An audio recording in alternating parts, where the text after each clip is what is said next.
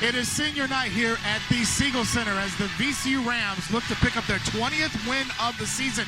But to do that, they will have to knock down the Dukes from Duquesne University. We welcome you courtside here at the Sioux. I'm Sean Robinson. Great to be back with John Feinstein. When we both came in at 4:30, we thought senior night and VCU needing a win to get a double bye in the A-10 tournament was going to be what we talked about. However, Matt Shulga came out in street clothes and will not play on senior night against Duquesne. How big of a blow was that for VCU? Well, it's huge, Sean, because he's their leading scorer, and he is one of their leaders on the court at all times. He has been ever since he got here this season. And even though Ryan Odom and VCU would love to wrap up a top 4 seed to have the first 2 days of the tournament off, it's more important that Max Shulga be 100% in Brooklyn next week. Now, for our players to watch for Duquesne, it is a former Ram that is in the spotlight, and that's Trey Clark. Trey Clark is a steal machine, and you have got to protect the basketball from him, and he is part of a senior backcourt that scores 31 of their 70 points a game, so clearly key. And for VCU, the Energizer, the man coming off the bench, Joe Bamisile. And he has been ever since he got eligible in December.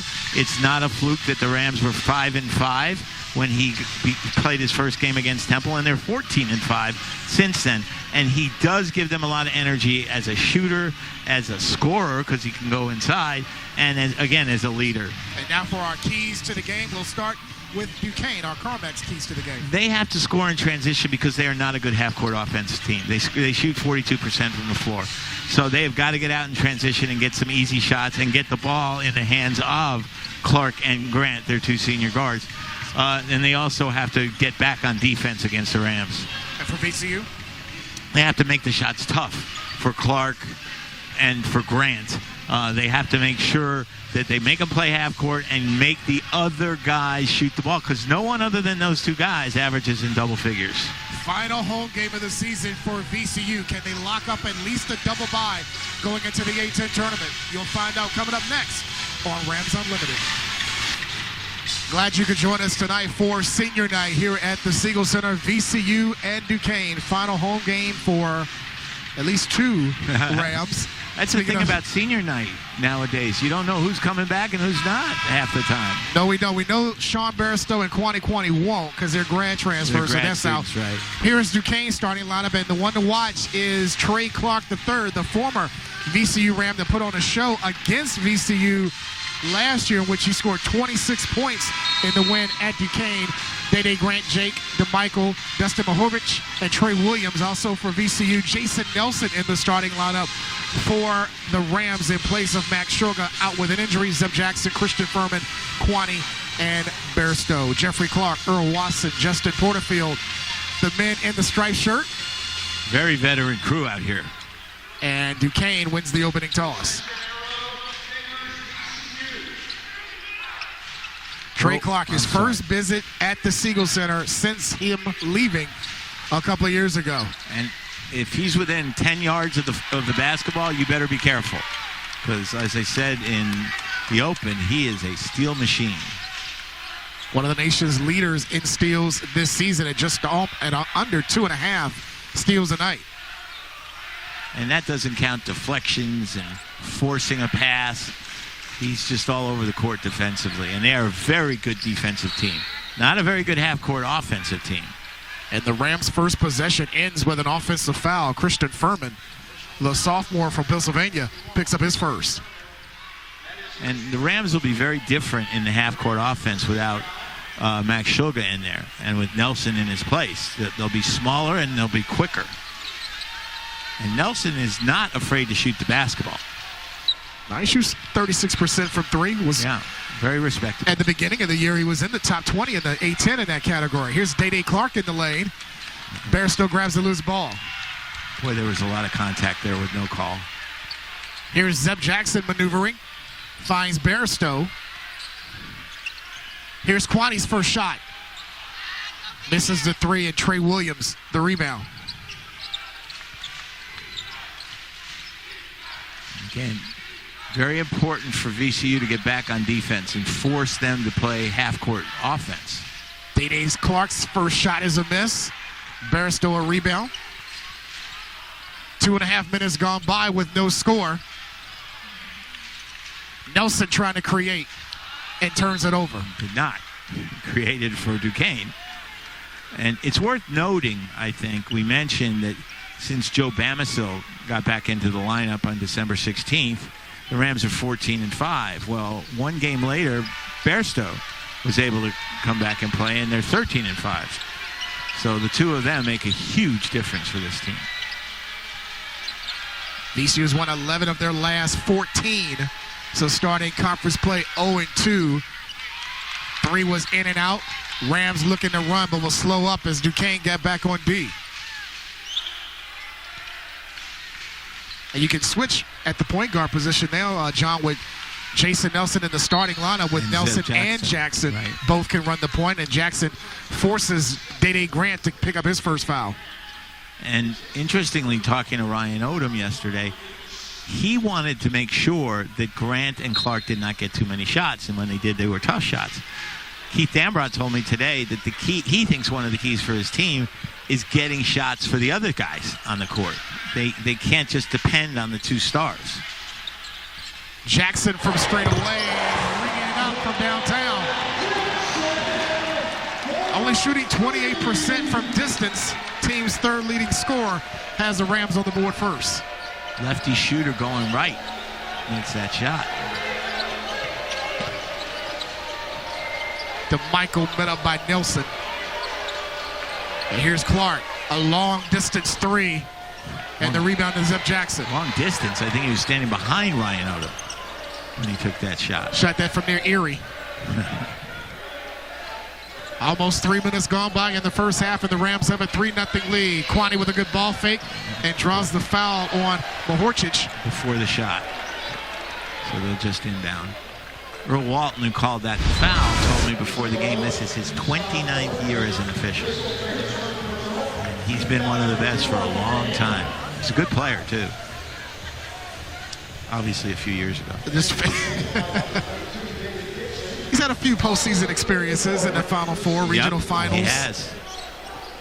He'll be at the Big Ten tournament next week in Minneapolis. Jackson misses the 3, back tap to Nelson. Yeah, that's weird, the Big Ten in Minneapolis. I know. It's usually Chicago or Indy. Yep. Of course. Jackson with a lot of contact. Looked like got hit in the eye. He did get hit in the eye. There's no question. And Fusini Drame, that has just checked in, has it, and Trey Clark shoots for 3, and he hits it, and now the delay. And Zeb Jackson is furious about the no call there. Well, I didn't see it. He clearly got hit in the eye. He's not faking. And the problem was when he went down, the officials couldn't stop the clock because Duquesne had the ball. If VCU had the ball, they would have stopped the clock immediately. There was some obvious contact inside as Zeb Jackson tried to create, and he's still trying to get an explanation from Jeff Clark. Interesting that Ryan Odom, who's walking with him, said nothing to Jeff Clark. He's more focused on subbing and finding out. Now, they are going to go to the monitor. Yes, Jeff Clark and Earl Walton will go to the replay monitor to see if there was an elbow, an aggressive elbow. Yeah, and that's what it needs to be. If they look at it and say, well, there might have been a foul, they were tangled up, they're not going to change it. But if they thought there was a F1 foul, here we're going to find out now from Jeff. And also on the Duquesne bench was Jake DeMichael.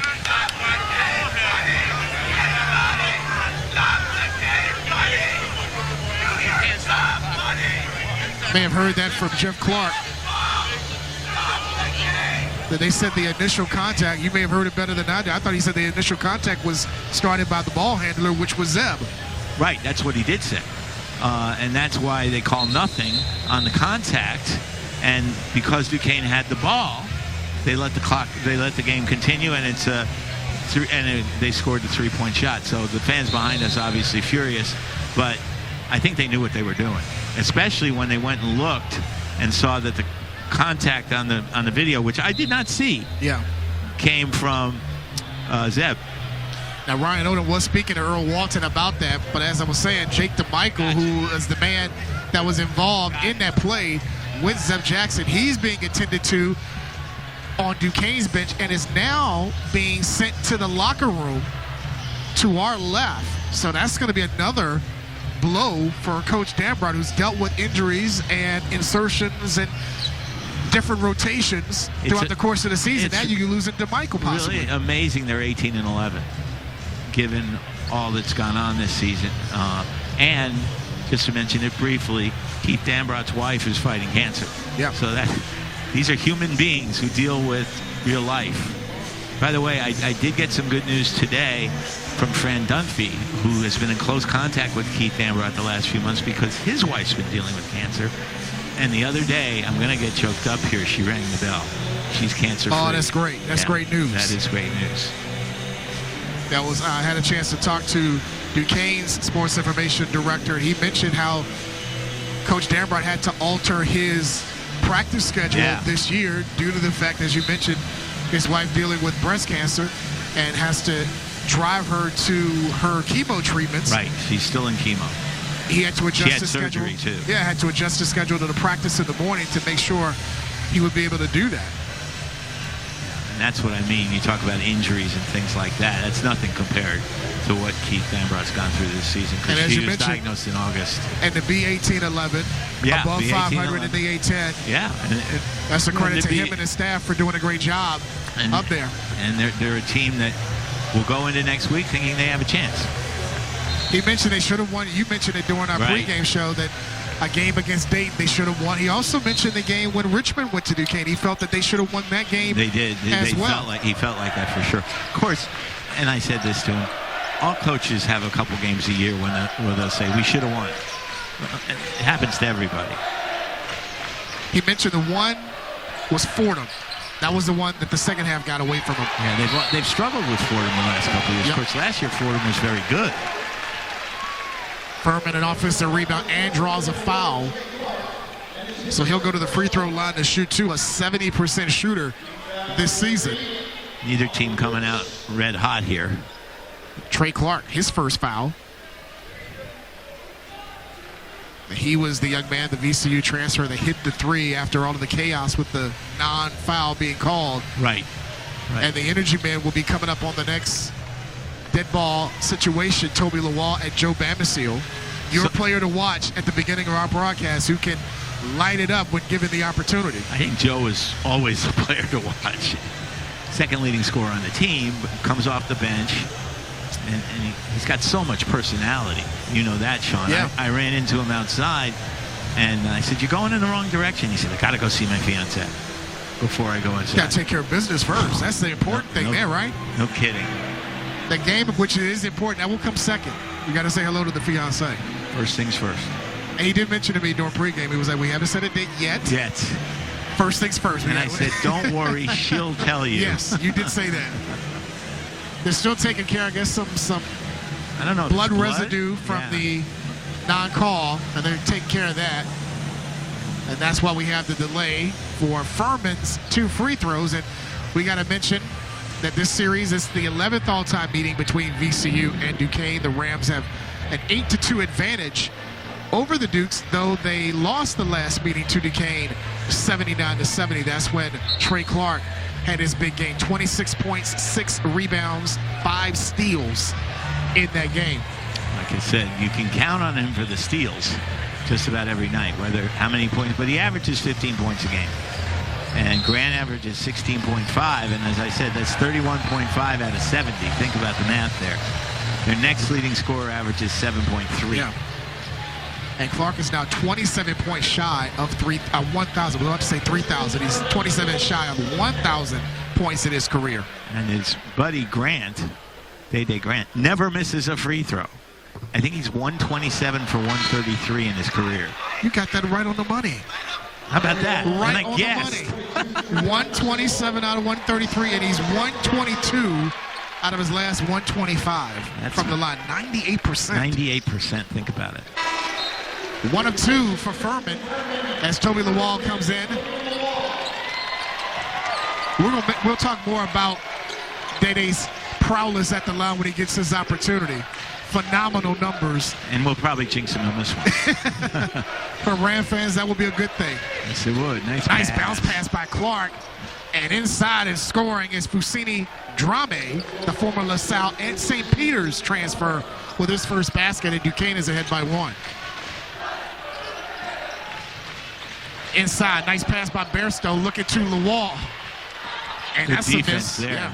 No foul. Dixon grabbed the rebound. The rim protector for Duquesne this season. Day Clark, the step back 3 is an air ball. Saved by Clark and out of bounds. I'm never a big fan of step back threes, as you know. And again, this is not a great shooting team to begin with. They need to take good shots. Timeout on the floor, 15:40 to go in the first half. VCU trailing by 1. Great shot of our great crowd here at the Siegel Center. 15:40 left in the first half. And Duquesne with a 1-point lead, 5-4. As we take a look at the A-10 standings up to the moment, Richmond right now, they're in the driver's seat. If they win one of their final 2 games this week, they will clinch their first ever A-10 regular season championship for a team that was predicted to finish 11 in the conference. It's an amazing story. Remember, Chris Mooney had to step aside last year because of heart issues that I can relate to. A year ago, last February. Yeah, and here they are with almost a brand new team in first place after being picked 11th. Loyola Chicago, same thing. They were dead last year. And they were picked to finish 8th. Yep. Great job by Coach Valentine. Dayton is 3rd, and right now VCU currently 4th at 11-5 in the conference. A win tonight or Friday at Dayton will give them a double bye in the conference tournament. As now another foul called on Duquesne. That is Fusini Drame, his first foul. If you reach in, you better get the ball. Otherwise, you're getting called for a foul. Drame's going to go argue it for a moment with Jeff Clark. He should leave it behind. Drame's had a wealth of collegiate experience. This is his 152nd game. In his, what, 8th school? Seems that way, but it's his 3rd. With all the transfers, it's, you know, sometimes you look up and you say, how long has this guy been around? But their field has been 5, maybe 6. Yeah. But Drame and his twin brother, Hassan Drame, they were part of that Elite 8 team with St. Peter's. Yep. And then they went to LaSalle, played under Coach Dunphy. And now another good coach, Coach Dambrot here at Duquesne. Another deflection by the Dukes will force another inbound by VCU. Good coaches always keep track of deflections because they mess up the offense. Not all the time, but they're under 10 seconds, right? Yep. Here's Bamisile caught up by Clark. Fadeaway shot, grazing the rim, and Dixon the rebound. Clark tried to save it and did. Nice play by Clark. Just hoping, no, got right up. Ran into the scorer's table here, or press table. A press table, yep. And that was Grant, the presence of mind to keep that alive for Duquesne. And you can't afford to lose him, that's for sure. Now here's Clark with the ball in hand against Bairstow. 1 foot fall away. That was a tough shot. And Dixon keeps it alive for Duquesne and draws a foul on VCU. See, when I say tough shot, you know that's a euphemism for bad shot, even if it goes in. And again, Duquesne needs to be more aware of shot selection. They got away with that one because they got an offensive rebound. They're a team that shoots 42%. Did I say that right? And 42, 44, yep. Yeah. And they're under that from three-point range by a good deal. Another tough Grant shot. with a tough shot on the baseline that falls. See, that's what I mean. It's a bad shot, but it's always a good shot if it goes in. But he did one thing that he loves to do, and Coach Dambrot mentioned that earlier today, getting to the free throw line. As Bamisile draws the foul. Might save some time to just give him the point and move on. This is his 134th attempt. This year he's missed a total of 6. Not counting. That's counting the 3 he missed in the first game of the year. True. Swish. And you notice he did not shoot it exactly behind the line. He's a few steps behind the line. Guys do that for comfort level. Remember what you don't remember, but Wilt Chamberlain, who was a terrible foul shooter, tried shooting from the top of the key because he felt more comfortable there. And he wanted 3 probably from that. Well, he didn't get 3. Another deflection. But when he scored the 100, he was 28 of 32 from the line. So make them when they count. Yeah. Make them when they count. Bamisile with a tough inbound. Under 10 now to shoot for VCU as they trail by 4. Looks inside to Lawal with 1 to shoot. And that's a block and a goaltend. Oh, no, that was a clean block. They called the goaltend on Dixon, so credit the basket to Toby. One of us missed it because I thought it was a clean block. Let's see again. Up. That's a clean block. You saying no? You saying there's no goaltend? No, I don't think it was. I think it was a good block. So they do not give Dixon the block. Toby gets the basket, and it's a 2-point Duquesne lead. Almost 6 minutes gone by in the first half. And that was 2 straight possessions where Duquesne got deflections, and VCU really did not get good shots. Kareem Rozier, number 32, is in the lineup now for Duquesne. Shot clock is at 5. Here is Fusini Drame using the left hand for 2. Nice moves there. By the way, how many kids of the last 2 generations do you think were named Kareem? In honor of Kareem Abdul-Jabbar. I think a lot. I see the name a lot. It's a good call on that. And if anybody deserved to be a hero, it was him. No question. Not just for his play. Bamisile misses from straight away. Again, going left, right-handed shooter. Here's Dede Clark. How many Trey with the shot. That was no good. I combined them. Dede Clark. It's Dede Grant to Trey Clark. That was a Euro step and an Asia step. And David Dixon is going to get called for the foul. That's already team foul number 5 for Duquesne, as Fats Billups checks in for the first time for VCU. By the way, you live here, so you may know. How did Fats Billups get the nickname Fats? It's obviously ironic, but where did it come from? He had the fat cheeks when he was a baby. Really? Because he's skinny now. His mom mentioned that to me, I guess it was when he announced he was going to VCU. Huh. Here's Bairstow in the lane and falls in for 2. Nice shot fake. See, I knew if anybody would know, it'd be you. Now, here's a really important question. Tell me what HVAC means. What's the V? I know what H is. I know what AC is. What's V? I will get that after the missed 3 by Wronski, who checked in for Duquesne. Here's Jackson in transition. Good defense there. Nice pass to Bairstow on the baseline. Bairstow to his left. Goes with the up fake. And out of bounds. It'll stay with VCU. 17 seconds still on the clock. No need to rush. Fusini Drame will come out. And Jakub Netras from out of the Czech Republic, a freshman that the program is very high on. Yeah. They feel he can really do some good things for the program moving forward. When I saw his name on the roster, I didn't think he was from New York, which is where I'm from. Bamisile 0 for 2 from behind the arc early on.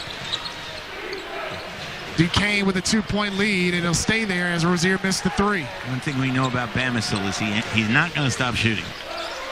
Shooters keep shooting. You have to. He should. And he's one of the best in the A-10 from behind the arc. He came in shooting 40% from 3. And notice after that really ugly air ball, he got back on defense to get the rebound. Yep. Here's Luwal.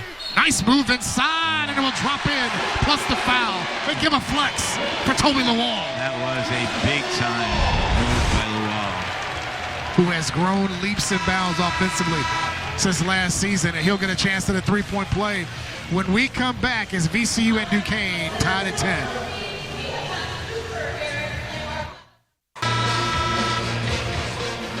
Here's a good look at the VCU huddle. In there is head coach Ryan Odom, his first season here with the Rams, 19-11, close to another 21 season under his watch as a head coach. Multiple stops at Utah State most recently, also UMBC.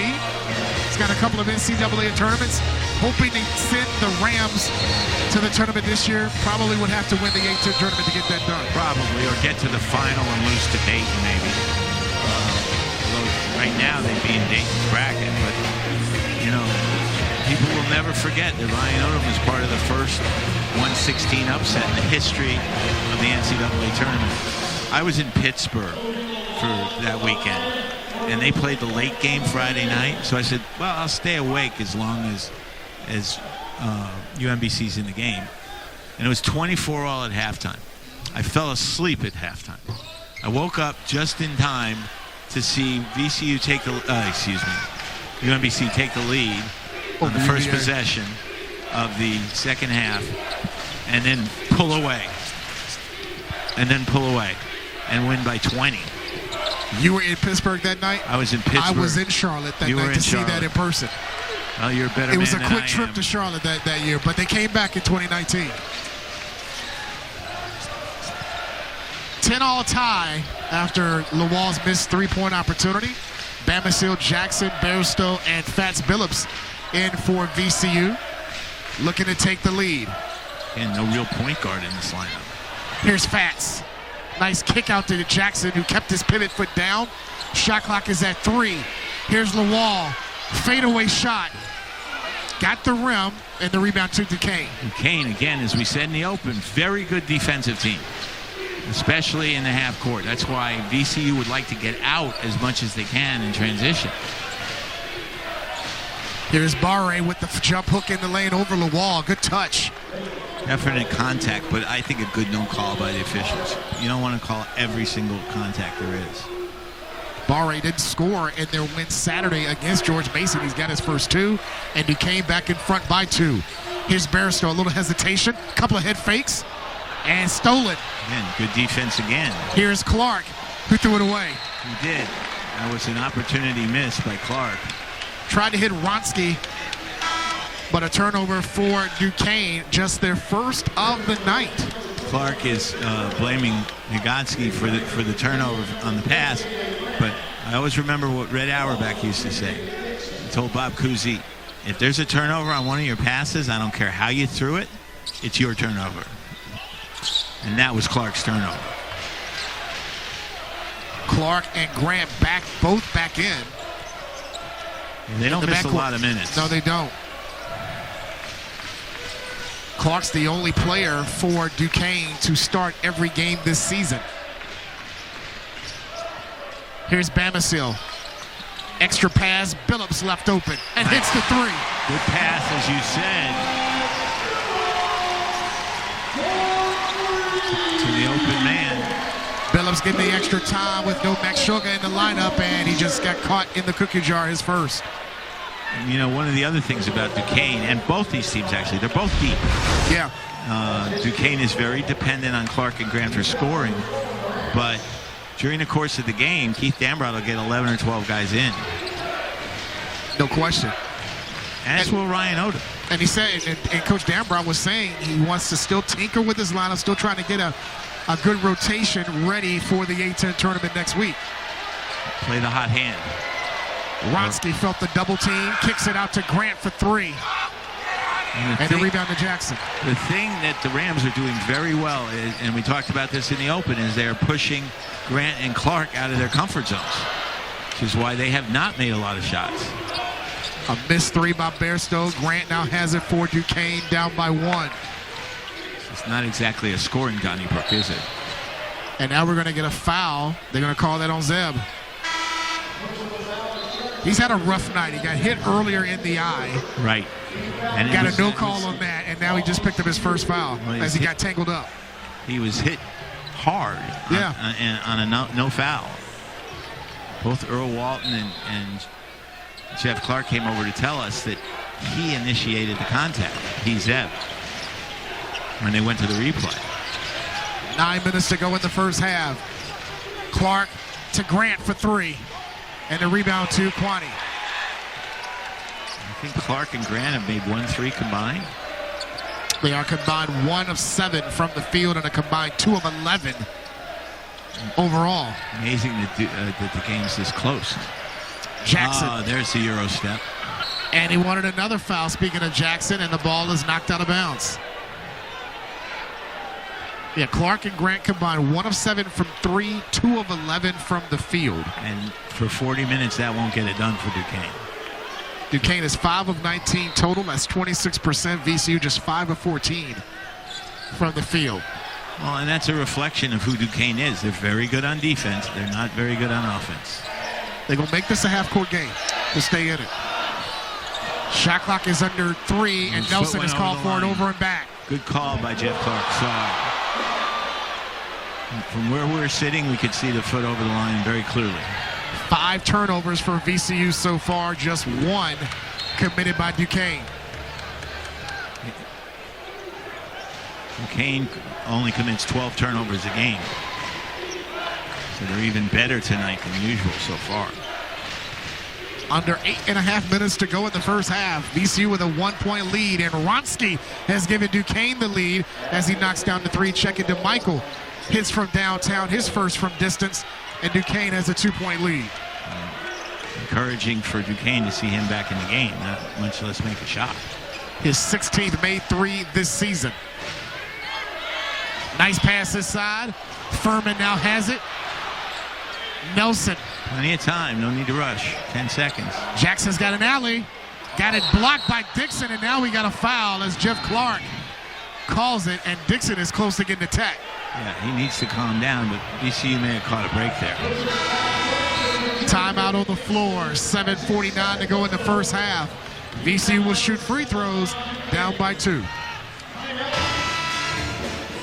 7:49 to go here in the first half, and Duquesne with a 15-13 lead over VCU. This is a nice rebound for Duquesne because last Saturday they trailed 14-2 early to George Mason. It came from behind to win that game. And right now they've been back and forth with VCU and leading by 2 right now. I thought earlier in the season, especially after they beat Dayton, George Mason had a chance to finish second. He was behind Dayton, and Dayton doesn't look like they're going to finish first. And right now, the path is open for Richmond, as you mentioned earlier. If they win either against St. Joe's Wednesday night at the Robbins Center or Saturday at Mason, either one of those games, they get the #1 seed and their first ever A-10 regular season championship. And Chris Mooney would have to be the coach of the year, right? It's either him or Valentine, and I think Valentine's right there. I'll say that much. Given where Richmond was picked to finish, and with Mooney coming back from his surgery last year, I would think he would be a coach of the year. He'd get my vote. Let's put it that way, and that's no knock on Valentine, who's not been at terrific. all. If you made it cold, I wouldn't argue with that either. Here's DeMichael in the lane for 2. 2 in a row for DeMichael. That's a big boost. He's got Duquesne's last 5 points, and they're up by 2 again. Another lead change here in the first half. And it's interesting, as we said earlier, one coach wants to limit the shots for Clark and Grant, and that's their coach. And the other coach wants them to shoot the way they shot, with difficult shots. Offensive foul, and now Kwani and Dede Grant have a few words. Neither team wants to lose either of those guys. Absolutely. Kwani just got called for his second foul of the first half. Probably have to come out. And again, if you're just joining us, VCU a little shorthanded tonight. Their leading scorer, Max Shulga, out with injury. I don't call that a little shorthanded, to be honest with you. Well, I mean, they aren't deep, but that is your team's leading scorer, but he's the leading scorer, exactly. But he's missing tonight, and we do not know his status for Friday when they travel to Dayton.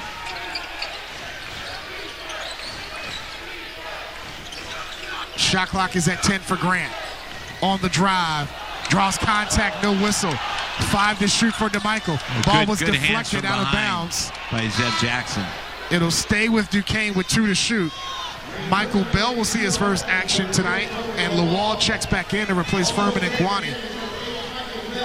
We've had 3 ties and 3 lead changes here in this first half as Duquesne leads by 2. Which is interesting since there haven't been that many points. Oh, the inbounds goes bad hands to Bairstow, finds Nelson streaking, and a foul. I thought he had it. No basket. You know, when you make a pass like the one the Dukes just made underneath, you need to know who you're throwing to. Because if the big guy has good hands, fine. But most big guys don't have great hands. Not everybody is Christian Laettner, who had the best hands of any big guy I ever saw. If they threw him the ball in the building, he would catch it. Jason Nelson getting his 7th start of the season, knocks down the first free throw. He's in the top 25 in steals. We talked so much about Trey Clark's prowlers with steals. Nelson is right there in the top 25. And plays fewer minutes. Yeah. Hits on both. I really like Nelson. I think he's sort of a perfect guy for coming. He didn't come off the bench tonight, but normally. Fourth tie of the first half. Under 6.5 to go at 17. Try to pick and roll, well defended by Lowell. Here's Grant, guarded by Jackson, and draws another foul. That's Zeb's second, and he will probably have to take a seat.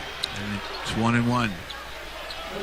And as soon as I said that, Joe Bamisile went right to the scorer's table and will check in.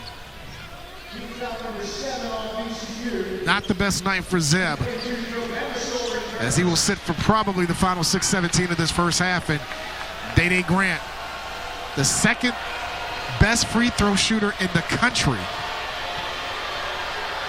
Who's first? I did not put the name down on my stat sheet. I should have checked it out too. When I saw that he was 127 for 133 and second, I just, who the heck is first? Yeah. He's the 15th active career scorer in NCAA, currently at over 2,115 points. That, by the way, is a lot of points. Yep. May not be Caitlin Clark, but it's pretty good. He's pretty good. He's one of 26 active players in Division I with at least 2,000 points. Think about that. Think how many players there are in Division I. It's like 3,500. And only 26 have that. Yeah. He made 2 to give Duquesne the lead again. If that wasn't a walk, I don't know the rules. And Bamisile knocks down the triple. Of course, traveling doesn't really exist anymore. It depends on the officiating crew. Always. We got another lead change. Rams up by 1. Inside 6 minutes to go in the half. Trey Williams fields the double team. Extra pass to Rozier, and he got bumped by Nelson. Yep. And to the line goes Kareem Rozier, considered the team leader on this squad this year. As we take a look at the last play by Bamisile, his first. Nice to see Joe make a shot. Usually that'll get a shooter going. And if he gets going, He gets going. there's very few in the A-10 that can heat up as quickly as Joe Bamisile can from VCU. Yep. As Bari is back in for Duquesne to replace Horchich. I was here for his first game against Temple. We as you did that remember. game, yeah. And he missed his first shot coming off the bench. Then made his next 3. It was terrific. Rozier hits the first. I asked him, because, I did a column on him for the Washington Post. I said, how did you feel when that first shot went in, the second shot? He said, I didn't feel anything. I was still upset I missed the first one. Just like coaches remember the losses more than the wins, Always. shooters remember the misses. Always. Rozier hits on both, and another lead change, 21-20. Duquesne back in front. 5th lead change, and we've had 5 ties in this first half.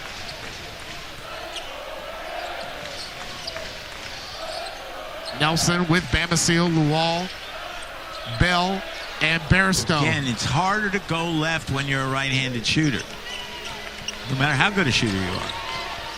Nice look inside the beret. Williams, the extra pass to DeMichael for 2 more. That was a nice pass. Nice interior passing. DeMichael leading the way with 7 first-half points for Duquesne, who lead by 3. I think it'll pick up in the second half, but at this rate, the final's going to be 48-47. Who would that favor? I If it's a don't know. low-scoring game That's like why that? I'm still here. But it would favor Duquesne. 10 to shoot. VCU trying a little pick and roll. Nelson. Bell has it with 5. Good hands. Stripped and stolen by Rozier. Found Grant. Deep 3 Wow, is was that good. deep. And Grant should not be preening over as deep as that shot was, because what are his numbers for the game? That is a second-made field goal and his first from behind the arc. He's got 8 so far. That was a deep 3. I'm not saying it wasn't. It was the old Caitlin Clark look for the... That was back at the PPG. Yeah. Barstow caught up on the baseline. Nice pass to Lowell with 5 to shoot. Lawal draws contact, no whistle. And the rebound to Barry. I got to say, I know Duquesne has committed 8 fouls, but they have played very good interior defense. And they looked to Barry on the alley-oop. What was he thinking? He was thinking he was going to get fouled. Here's Nelson in transition, and Grant comes up with a great defensive play with the block. And that brings us to our final media timeout. 3:46 to go in the first half, and Duquesne on the run in the midst of a 7-0 run, leading by 6. Duquesne on a 7-0 run over the last nearly 2 minutes of this first half to have a 6-point lead over VCU. Sean Robertson, John Feinstein, our entire Rams Unlimited crew. Senior night here at the Stew, and Duquesne trying to play spoiler tonight on VCU's big night. Do you know who invented senior night? I don't know. Dean Smith. Oh. And he always insisted on starting all his seniors. And one year he had 6. So he started them all. Took a technical foul to start the game. Ah, okay. That was Dean. The innovator. He was an innovator. Smith. The 4 corners. Corners, senior night, pointing at players for an assist. Although Maryland killed Carolina in 1974 in the semis. And after the game, they won by 20. Furman with a nice tip-in on the Bamisile miss. And someone asked Len Elmore after the game, how did you guys do that? He said, well, every time they scored, they were so busy pointing at each other, we ran down the court and made a layup. Take advantage. Len Elmore, he's not a Harvard Law School grad for nothing. DeMichael with a bad miss. Yeah. Nelson grabs the loose ball, down by 4. Billups, catch and shoot. He hesitated. He did, just for half a second. It cost him. Never helps when you hesitate. I thought he was going to catch it and shoot it, but he did try to reset. And a turnover as Duquesne picks it up. 7 turnovers for VCU in the first half, 2 for Duquesne. And that's the way Duquesne plays. They don't shoot it very well, but they don't turn it over. They get shots. Currently lead by 4 as we're coming up on 3 minutes to go in the first half. Trey Clark on the bench on this possession. Grant has it with 10 to shoot against Billups. Here's Grant dancing against Fats Billups and hitting the jumper. Fats Billups played good defense right there. He did. Forced him into a step back shot, and he made it. Another Dean Smith saying, the other team gives scholarships too. Grant now has 10, 23rd time this season he scored in double figures. And Trey Clark comes back in with 2:32 to go in the first half. Duquesne with a 6-point lead. This has been a very competitive first half. 6 is the largest lead for either team. We've had 5 ties and 5 lead changes. Very physical game. Yeah. Both teams have played good defense, and they've both been good on transition defense. So a lot of half court. Here's Bairstow. He's dancing against Grant. Boy, that was a nice move. I thought he'd finish. That's off of Duquesne. And out of bounds to stay with VCU with 20 on the reset. Another rule I hate. You get an offensive rebound, you should get another possession. Get the full 30. Yeah, exactly. They changed it because they want more scoring. Oh, another sport that wants more scoring. Yeah, just it's not like the game is flawed. Bamisile, look out. That's 2 in a row from distance for Joe Bamisile. He's got 6. Again, as we mentioned, shooters keep shooting. A 3-point Duquesne lead with under 2 to go in the first half. Lucini Drame wearing 34 is back in. Rozier for 3. Got it. He's played well the last 5-6 minutes. Rozier now with 5 and is back to a 6-point lead for Duquesne, 31-25. They've made 6 of their last 8 field goals. Here's Bairstow underneath the rim and turns it over. He didn't want to get into that double team. Up ahead is Grant. Tough shot. Doesn't fall. And most importantly, they didn't foul him. You foul him, it's 2 points. And it was last touched by Clark. And VCU back on offense with under 90 seconds to go in the half, trailing by 6.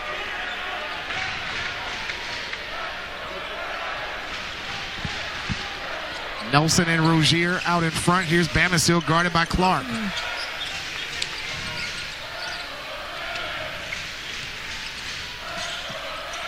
Furman gives up the dribble. Bamisile has it with 10 to shoot. Nelson. Shot clock's at 5. Nelson a long 3. And the rebound to Fousseyni Drame with under a minute to go, and Duquesne with a 6-point lead. Nice pass. Yeah, but good recovery. Absolutely. By VCU's defense. And Bamisile forces a turnover. Here is Billups down the lane and scores. I'm glad that worked out because Bamisile was open. And Billups is hurt. So he landed on his foot wrong. And now we've got a whistle. Jeff Clark noticed Fats Billups down on the baseline as he fell awkwardly, as we'll watch it again. And he was holding his right foot. So we can see from that vantage point, we really can't.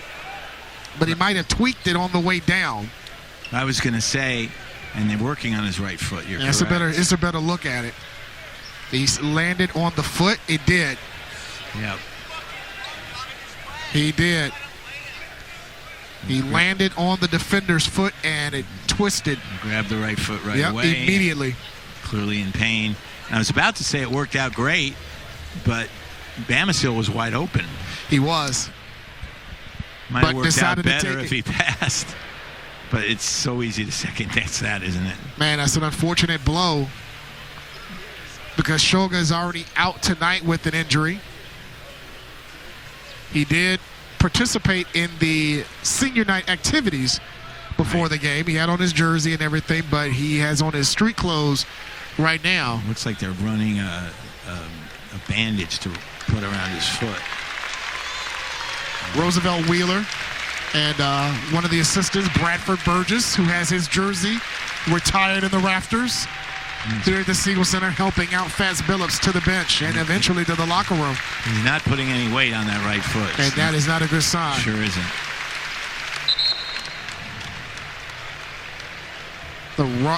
You don't want an injury at any point of the season, but with not a week 2 away. games left in the regular season and the tournament next week, man, that's an unfortunate blow for Fats, who was coming back from his injury last year. He broke his thumb last season and missed the final 2.5 months of the year and was able to get a red shirt. And Zeb Jackson was out for a few minutes, just came back to the bench now. He's missed a couple of games with an injury. Ryan Odom, we talked about the great job that Coach Dambrot has done with injuries. So is Ryan. Look at Ryan Odom and what he's done this year with injuries and insertions and additions to the lineup. 2 of his best players didn't play until right near Christmas break. Right. A 5-second differential between shot and game clock as Duquesne leads by 4. Netchitz for 3. Offensive rebound, Drame, and Duquesne can hold it for the last shot. Trey Clark shoots for 3. You can't take that shot unless you're guaranteed it's going in. VCU can get one off. Here's Nelson, good if it goes. And the first half comes to a close. Duquesne coming here to the Siegel Center. They've only won once before, trying to get their second all-time win at the Stew and leading at the break, 31-27. Our halftime activities will continue right after this on Rams Unlimited. Halftime here at the Siegel Center. Thanks again to Jonathan Cotton, the owner of the Good Feast Store, for joining us here at the half. Duquesne leading 31-27, and John Feinstein joining me, Sean Robertson, and our entire Rams Unlimited crew. We found out somebody, John, was watching our broadcast in the first half when we were talking about Day-Day Grant and who is leading him in free throw shooting in the country. That would be DJ Davis of Butler, coming in 96.7%. He was 88 and 91 from the free throw line. So thank you to Kelly Madison on Thank Twitter. you for watching. For watching and giving us that info. Second half begins with a baseline jumper by Jason Nelson to cut the lead down to 2. Nelson now with 4 in the game. By the way, it's worth noting, not to knock Mr. Davis, but he shot 44 less free throws, fewer free throws. Yeah. So Grant is now 130 out of 136 as now Kwani picked up his 3rd foul as a starting foul for both teams are on the floor. Kwani now just picked up his 3rd. Remember, Zev Jackson has 2. Nelson is starting the game, or started the game, because Max Schulga is out with an injured back. Exactly. Did participate in the senior night activities, but didn't play. And maybe back for senior night next year. Possibly. He does have a year of eligibility left. Here's Trey Clark in the lane. Williams an offensive rebound, and they're going to get Kwani again with his 4th. And that's a big foul, especially with the lack of depth up front. Sugar out. And quickly comes Joe Bamisile. A little bit smaller with Bamisile now, and he's calming Kwani down. You don't want him to pick up his 5th foul on a technical. Yes. So he's going to take a seat. Rough night for Kwani. Williams off the inbound. Feels a double team. Extra passing by Duquesne. Here's Grant. Very good defense there by Nelson. And a tough shot. That's the second time we've seen great defense by VCU, but a better shot by Grant. And another 3 on the other end by Joe Bamisile. They're reviewing to see if that is indeed a 3, but if it does count, it's his 9th point of the game. And it's a shot. It counts, regardless. A 1-point Duquesne lead, 33-32. Here's Demichael. They're going to count the basket and the foul. Wow. That was an NBA continuation foul, and I thought he walked. Of course, I always think people walk, and they never call it these days. Ryan Odom gasped about that one.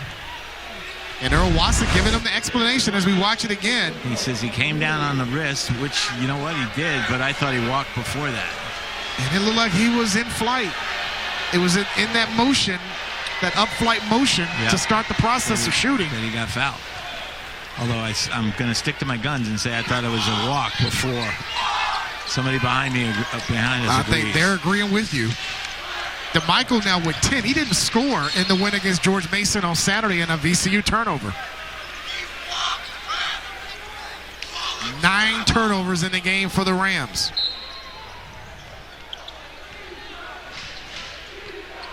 Four-point Duquesne lead. 90 seconds gone by here in this second half. A Duquesne win will put them at 9-8 in the conference, and within that top 8 to getting a bye. Extra passing inside to Dixon, and he lost the ball off of Furman's back. It'll stay with the Dukes with 13 to shoot. By the way, little things get missed a lot in basketball. Demichael made a tremendous catch there to keep the ball from going out of bounds. It will not show up in any stat, but it was very important until they turned it over. Tried for the alley-oop off the inbound. VCU in transition, down by 4. Here's Bamisile with a mismatch against Dixon. I think he's going to shoot. Nope. Wrong again. Jackson will shoot for 3 and ring it up. Well, Bamisile knew what he was doing, getting it to Jackson. Jackson with 8. It's a 1-point Duquesne lead. And the crowd, for the first time tonight, really getting involved. Coaches on the bench trying to get him going. Now another alley-oop to Dixon from Clark. Right towards me. Good hands. Good hands. And no camera shot there. What happened, fellas? Oh, come on. We gave you credit for crying out loud. You did, and Earl Watson, the official, did, too. Earl Walton did, yes. Walton, I beg your pardon. He's been called worse. He's an official. Walton, I'll get it right. Rams can retake the lead here with a basket, down by 1. Jackson against Demichael. Demichael playing good defense. And better offense. Every time I say someone's getting paid good defense, they get beat. 6 lead change, and now Ram Nation getting to their feet. Here's Clark, had a shot blocked by Furman. Good block. Keith Dambrot saying to his guys, calm down. We're only down 1. And we take a look at it again. No contact, great defense. The length of Furman made that play. It sure did. Oh. Inbounds to Williams. Draws contact and a chance at a three-point play. That was just a good play. I mean, it's the old Dean Smith line about the other team gives scholarships too. We've seen multiple plays in which the defense has made a great play, but the offense is just that much better. Yeah. Yep. And Trey Williams, a transfer from Indiana State, played in 55 games for the Sycamores in his 2 seasons there. Missed the three-point play. Duquesne up a point. We just saw Fats Billups returning to the VCU bench with a towel over his head, as now Clark gets called for his second foul. And you shouldn't commit fouls 40 feet from the basket. It's just not smart play, especially for a senior. May look like Billups will not play the rest of this game. When you see an ankle like that, even if he only rolled it, he's going to need a few days. Grant the rebound for Duquesne as they remain ahead by 1. Grant a straight on 3, grazing the rim. Bairstow the rebound. Bairstow is fearless. DeMichael was riding him on that sideline, but no whistle. Here's Bamisile against Williams. Bamisile with a good up fake and scores. That's a tough shot. It sure was. And he was patient enough to get to his left hand and not force it from the right.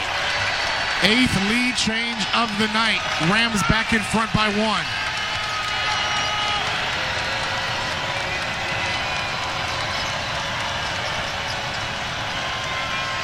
Here's Grant. Nice pass to Dixon, and Nelson will get called for the foul.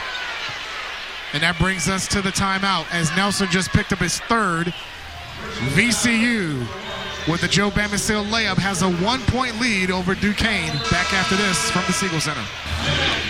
15:57 left in the game. VCU ahead by 1, 39-38. They have outscored Duquesne 12-7 in this second half, with Joe Bamisile leading the Rams in scoring with 11.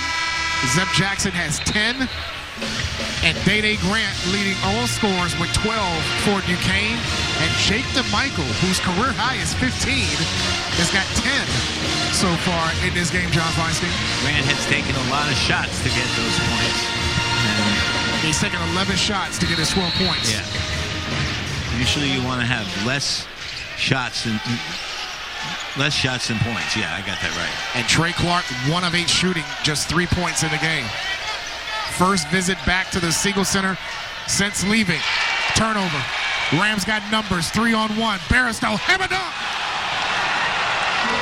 Flight number 7 for takeoff. Yeah. He knew what he wanted to do, and he did it. No regard for human life for Sean Bairstow. Including his own. And Trey Clark with the answer from distance. Yeah. They needed that one desperately. Only his 2nd made field goal tonight. He's got 6. And we're tied at 41. 7th tie of the game with 8 lead changes. This is what you will see in next week, John, at Barclays. Yeah. A-10 tournament. Bamisile misses the 3, and DeMichael with a rebound. Made basket, and Duquesne will be ahead. Trey Clark, another 3. He's feeling it. Took it real quick. Bamisile the rebound. VCU can retake the lead with a made basket. Bamisile looking to shoot and comes up with a turnover. Yeah, he didn't see any of his teammates right there. And did you see? And Coach Dambrot is furious. Well, he was wide open, but unfortunately he wasn't in the game.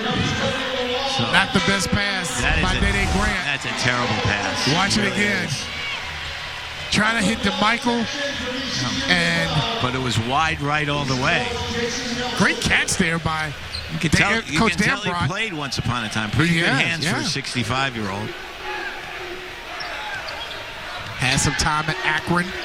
Had a lot of time at Akron, his alma mater. Yep. Won a lot of games there. And coached, of course, LeBron James in high school. Extra passing by VCU. Here's Jackson, Bell, Bairstow. Down the lane again with the left hand. And the rebound to Duquesne. And the left hand was important there because he's right-handed. By the way, Dambrot coached LeBron James before high school. Before he was a superstar, LeBron James came to a $1 a day clinic. Alley-oop to Dixon. Sorry there, John. No worries. That Keith Dambrot ran when he was preteen. The man that started LeBron James's career. He did. Keith Dambrot from Duquesne. Here's Luol inside against Dixon. Wild shot. Loose ball picked up by DeMichael as he was tied up with Bairstow. Here's Clark down the other way. Blocked by Luol. I don't think that was going to get to the rim anyway, but... Grant for three. Got it. Day Grant from downtown. This is the time of game when Keith Dambrot doesn't necessarily want the other guy shooting. He wants Clark and Grant shooting. 5-point Duquesne lead as Grant just picked up point number 15. By the way, it says a lot about LeBron James that he stayed friends with Keith Dambrot through the years. Bairstow did not take the three. Shot clock is under 10. Here's Bamisile into the lane. Tough shot over Dixon. No good. He can't shoot right-handed. Offensive rebound. Rams down 46-41. Inside to Luol. Jump hook. Spills off, and 2 free throws coming to Toby. You know the difference between Joe Bamisile and me? I can't shoot with my right hand either, but I also can't shoot with my left hand. Toby shaking his head because he had a chance to get a three-point play, but he'll get 2 attempts at the line. Young man who has improved his free throw shooting throughout the course of the year, and as soon as I said that he comes up, I did. I was about to say he's improved his whole game. Well, I was going to mention that too, because I was going to say he makes that first free throw. We can talk more about his game. DeMichael comes out. Not for long, I don't think. Wronski is in now for Duquesne, who leads by 5. But yeah, his improvement offensively has grown tremendously, going back to the off-season trip overseas to Greece. There you go. Where he played phenomenally for Coach Odom. Led the team in scoring on that trip. And the players were just learning Ryan Odom. Absolutely. Luol made 1 or 2 free throws to snap an 8-0 Duquesne run. Grant, nice passing by Duquesne. Good save. Shot clock is under 10. Rozier. Floater in the lane. Luol. He was looking for a foul there. With his 3rd rebound. The lob to Luol. Perfect pass. I wasn't sure what Zev was doing there going to his right, but he knew what he was doing. He saw flight number 10 ready to lift off, and he took off. Didn't even have to go through security. 2-point Duquesne lead. Wronski has it against Luol. Drame against Bairstow. He needs to give it up. Drame, a couple of up fakes. Didn't even get the rim.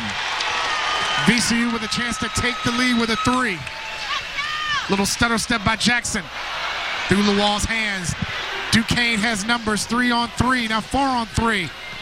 Inside, they're going to get a blocking foul and count the basket to Nectris. Without seeing the replay, I think that was the right call. I don't think he got there in time. And that brings us to a timeout. Duquesne leading by 4 over VCU.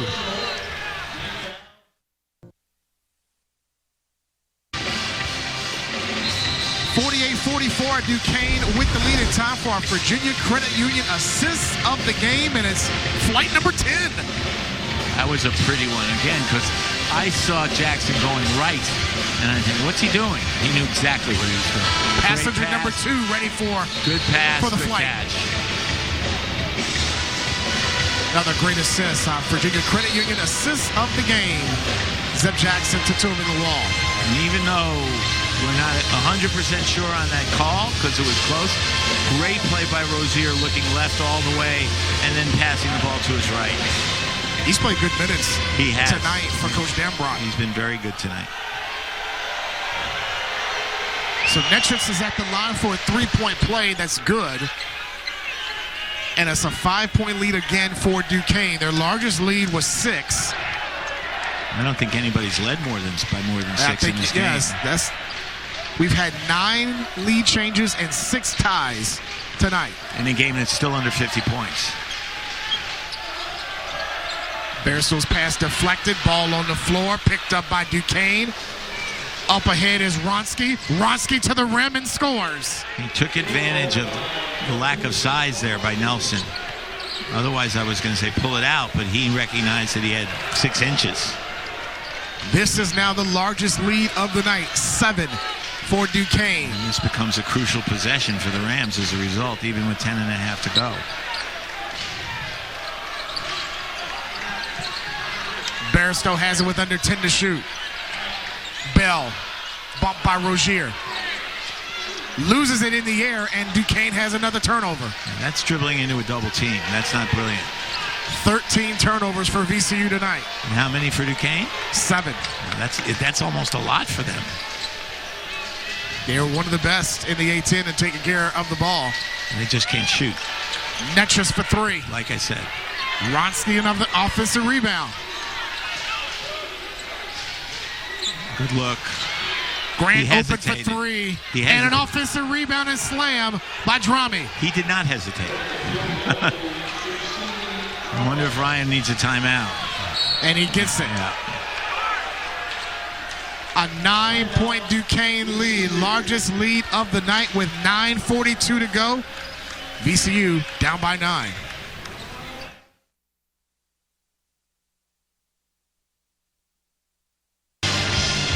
He's moving though.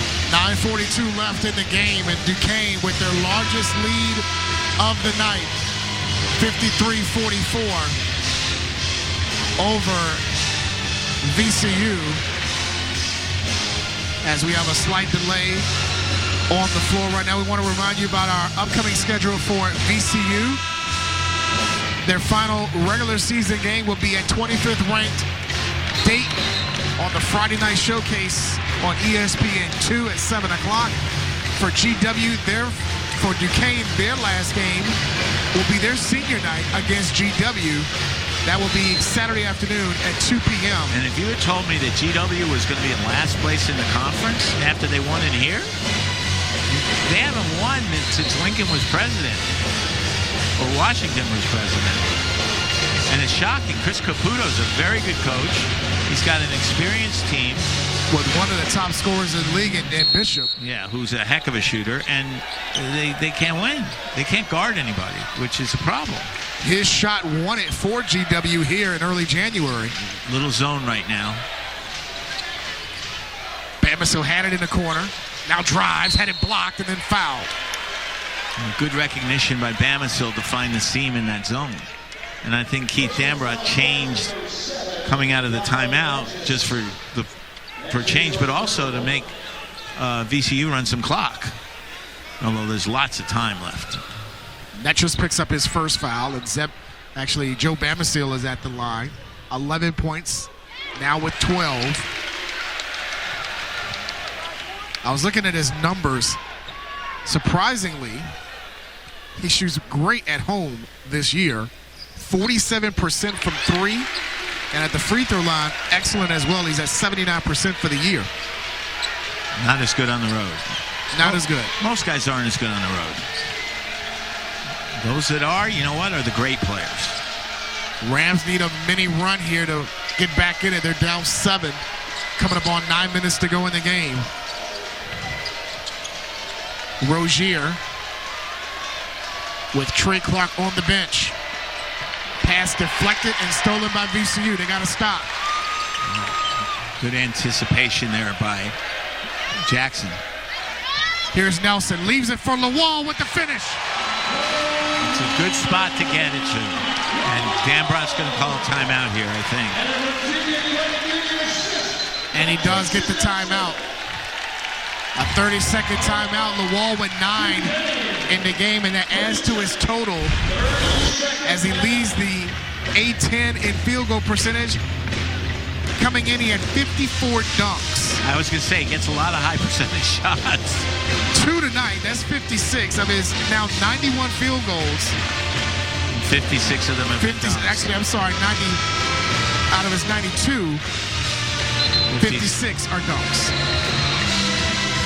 And that's 10th best in the country. I don't know who kept up with those stats as far as dunks in the season, but he has the 10th most dunks in the regular season.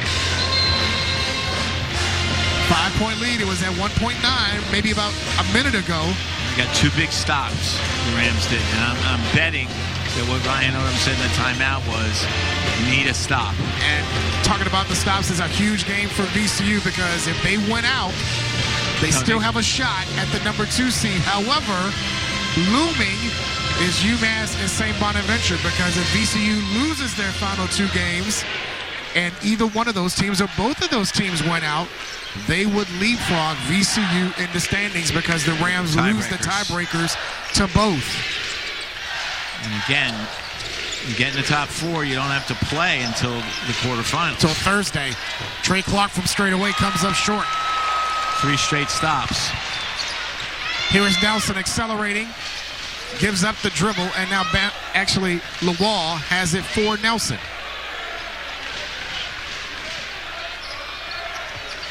Has the mismatch on Dixon, kept his pivot foot. Nelson has it for 3. Usually he's a catch and shoot guy, not off the dribble. Duquesne he's a gets decent a stop. shooter, I'm sorry. Yeah. Now he was at 36% from behind the arc this season. Which again isn't bad. 40% is great. Duquesne up 5. Grant with the pass inside, deflected by Jackson. 2 in a row for Jackson. Bamisile for 3. Bairstow an offensive rebound. Thought that was a great shot for Bamisile. Bairstow falling away. Thought that was a good shot for Bairstow. Neither one went in. 2 good looks for VCU, and they couldn't score.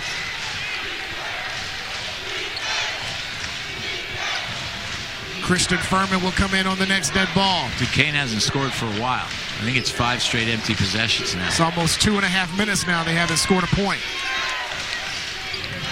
Here's Grant from straight away. Ends that drought and sends some to the crowd. No. I thought that was a real good timeout that Ryan Odom called, because it stopped all the momentum that Duquesne had until just now. 8-point Duquesne lead. Here's Lawal against Dixon. Under 7 minutes to go. Shot clock is under 10. He's going to drive the basketball, I think. Bairstow, the little runner, no good. Lawal an offensive rebound. Another chance for VCU. Shot set back to 20. Jackson had his shot blocked by Dixon as he hit the floor and no call. I thought he got the ball.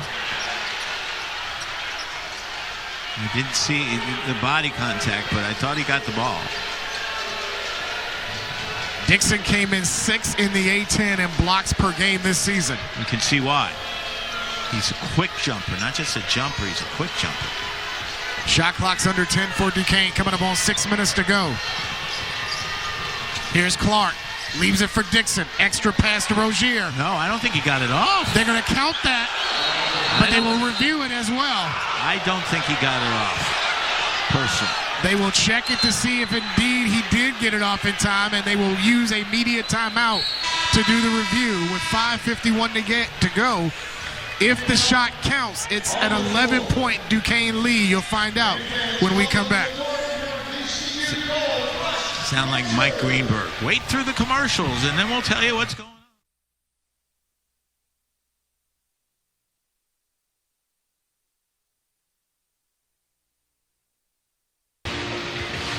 Back here at the Siegel Center, we were just told by Jeff Clark the decision has been rendered, and the shot that Rozier put up was late. Watch the clock. It's at 0. It's still in his hands. That's why I didn't think it would count. I was trying to build up the suspense and leave it for you. But Jeff Clark told us it's awfully hard to stop me. Ball was still in his hands. Basket doesn't count, so it goes back to a 56-48 lead. Sean Robertson, John VCU's Feinstein. ball. VCU's ball and our entire Rams Unlimited crew. During the break, they recognized Sarah Tibiasu, VCU women's basketball standout, who became the first VCU player ever to be named A10 Women's Player of the Year. I was going to say first women's player to be named A10. But you said it, so I didn't need to. Yes. And I was going to say the Lady Rams, but the Rams, the number 2 seed in the women's tournament, they will open up at the brand new Henrico Sports and Event Center Friday as the number 2 seed. And Richmond, top seed, they will also open up Friday morning over in Henrico. 11 o'clock they play. 11 o'clock. Are you impressed I know that? Yeah. Oh, wow. We saw another flight take off. Number 22. He saw the opening and just went to the basket. He went up high and came down hard for point number 15. 6-point Duquesne lead. They led by as many as 9 in this half. Briefly, they led by 11. Grant for 3. Knocks it down. And as I said a couple minutes ago, at this point in the game, that's who Keith Dambrot wants shooting. Those 2 guys. 21 for Dede Grant, who came in averaging 16-7 per game. Got off to a very slow start. But now he's 7 of 15 from the field. He's saying not so much lately. Above his average from the field. Bamisile will look to answer and does. When Bamisile gets going, it's something to see. 18 for Bamisile, 21 for Dede Grant. 6-point Duquesne lead as we're inside money time.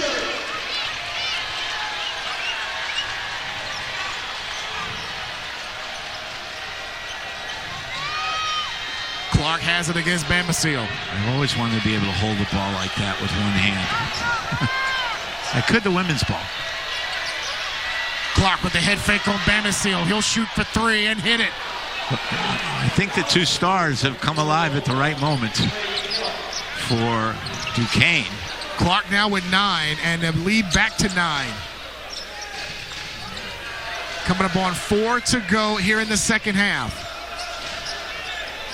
Here's Jackson on the move. Nice. But comes up a little bit short. Nice and Duquesne move, the rebound. Didn't finish. I pull it out. And they will do just that. Rozier will do that. 9-point lead. Grant has been the hot man so far for Duquesne. Here's Dixon. I was going to say not the shot they want. He's a defender. Here's Grant. Stolen by Nelson. Rare turnover. Ooh, that was something. A lot of contact, and they're going to get Grant with the foul. Yep, good call. Final media timeout of the game. 3:26 to go. And Duquesne on the road, leading by 9.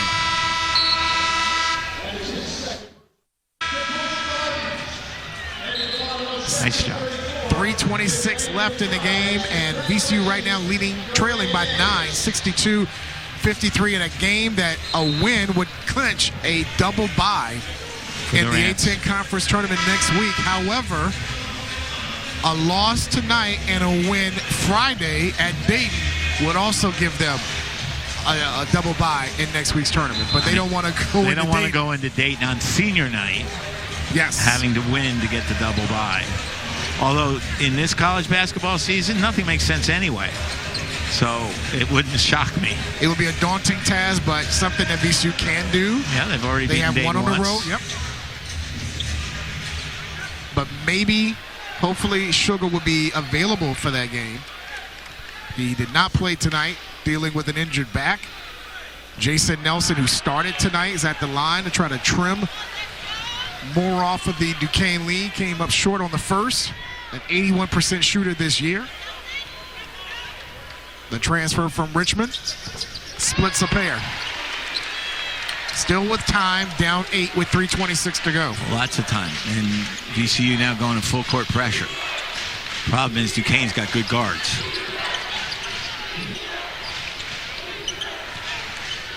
Grant is one of them. Clark is the other one, the transfer from VCU. And Rozier's played a good game, too. He has. They consider him the team leader as a sophomore. 10 to shoot. Clark in the corner. Shot clock's at 5. Here's the double by Jackson. Very good defense, especially by Williams. Bamisile. Rozier. That he got off, but it didn't go in. And an offensive ball's on the floor now. Was an offensive rebound, and Williams saved it for Duquesne. It's worth remembering that the arrow points to Duquesne right now. Odom is saying that should have been a shot clock violation. It wasn't. He got the shot off. He's talking to the scores table about that. Well, it's not their call anyway. Here's Grant to the baseline. And the rebound to Lawal.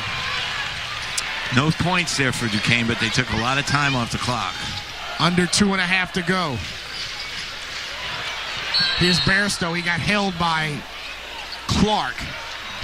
And that's only the 5th foul, so they still have another foul to give before free throws. By the way, I don't blame Ryan Odom for arguing on that call. You got to do everything you can, but he got it off. I'm good at this stuff. I know when they don't and when they do. You're 2 for 2 tonight for that. I think so. You got the Nelson, the Rozier one where you called it right away. Called it right. Yep. Called them both right away, as a matter of fact. I did. You're right. Inbounds pass was deflected. Caught in the corner was Bamisile, and we got another foul. And that's the 6th, so they're last not one to give. Yet. Dixon with his 3rd. Both teams with 6. They'll be shooting free throws the rest of the game with 2:17 left. I have a feeling Duquesne's going to have to make some one-and-ones if they want to put this game away. And if you're VCU, you do not want to foul number 3. They inbound to Lawal. Lawal, nice fake on Dixon and finishes plus the foul. That was just a bad foul by Dixon. Once he went for the shot fake, he should have just left him alone. Dunk number 57 on the season for Toby. That might have been his best one tonight. Well, it was an important one, that's for sure. Dixon just fouled out. Yeah, like I said, not a smart foul. You should know how many fouls you have. Of course, if you're Chris Webber, you should know how many timeouts you have. But that was a bad foul by Dixon because it really hurts their interior defense. He'll leave with 2.6 rebounds, a couple of blocks. 2.6 rebounds? 2 points, 6 rebounds, a couple of blocks. I didn't hear the comma, sorry. Thinking 2.6 rebounds. That would be a stat. No, it's not Stephen A. Smith. Okay. So here's Toby at the free throw line. He's now in double figures with 11. Scored 13 in the loss against Richmond on Saturday. 3-point play, no good. That was a really good box out. Good old-fashioned box out. Sort of a lost art by Drame. 2-possession game, 2 minutes to go. And the thing that Duquesne doesn't want to do is get caught up in the clock and end up with not getting a good shot. That's good defense, too, by Lawal. Shot clock is under 10. Is at 5. Clark hoists up a 3. Open. Oh, boy. And the tip was no good by Williams. Jackson the rebound. Rams got lucky there. Extra pass. Bairstow now has it. Bairstow in the lane. Got caught. No. Ball loose and Rozier has it. They forced him left, and he tried to come back right, but was well guarded over there. Under 90 seconds to go. Still a 6-point lead for Duquesne. And a quick whistle as Lawal gets called for the foul. That was the stop the clock foul. And that'll send Troy Williams. This will be a 1-and-1. And if there's someone to foul on Duquesne's lineup, it's going to be Trey Williams. I think they knew that. That's why they fouled him. He shoots just 46% from the line, 12 of 26 on the year. Still plenty of time, especially if he misses his first one. A 1-and-1 for Trey Williams, the transfer from Indiana State. Whoa, that was huge. Huge, and Keith Dambrot knew it. Very excited. Now that makes it a 3-possession game. And psychologically, it helps Duquesne a lot. That's why Keith Dambrot got so excited. Makes 2. Makes How both. about that? You foul the guy you want to foul, and he makes both. They did it by the book, and Trey Williams made him pay. Next time they'll foul Grant and he'll miss. 8-point Duquesne lead as we're coming up on 1 minute.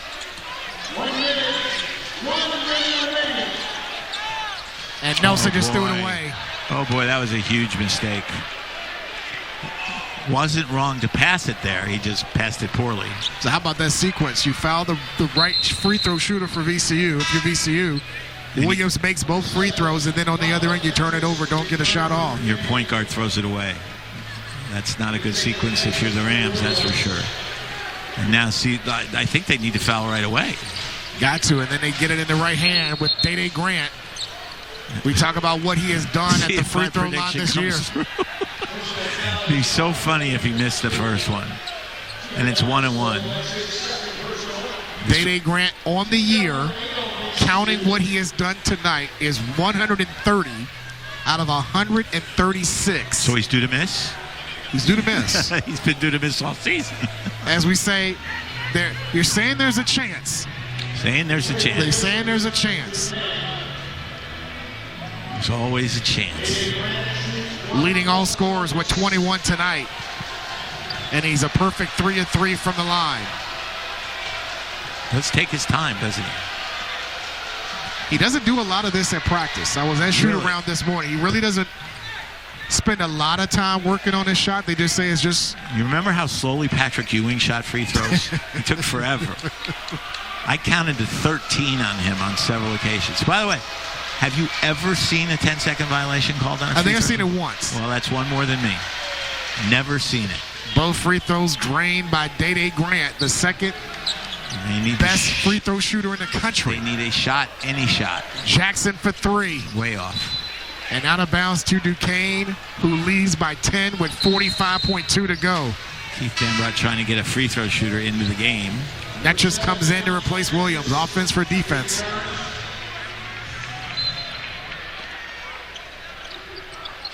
Trying to get it back to Grant. And he gives it up. They got to get across midcourt. Now they'll pull it out. And they get it back to Grant as they cross half court. And you don't want to foul him, but a lot of times going off the clock. It is. Now Clark has it.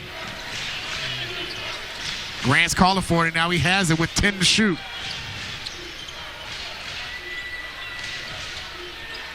Pass deflected. It'll stay with Duquesne with 5 to shoot. And now Williams will come in. Because they're going to be on defense one way or the other in a minute. Oh, he goes back. Dambrot changed his mind. They shouldn't foul here. There's should. No point. Uh-oh. Grant for 3. Uh-oh. And hits. Yeah. Uh-oh. They were trying to double team and left Grant wide open. Here's Bairstow for 3. Knocks it down. Finally. Bairstow only was 7 in the game, and his only field goal before that was a great dunk. Was the dunk. Duquesne will run it out and win it here at the Siegel Center. Just their second all-time win here at the Stew, and they do it by 10. That might have been their biggest lead of the night. 10. 12 was the biggest. 12. But it puts VCU now in a precarious situation going into their regular season finale Friday night. We'll talk about it on the other side of the break as Duquesne wins it on the road by 10.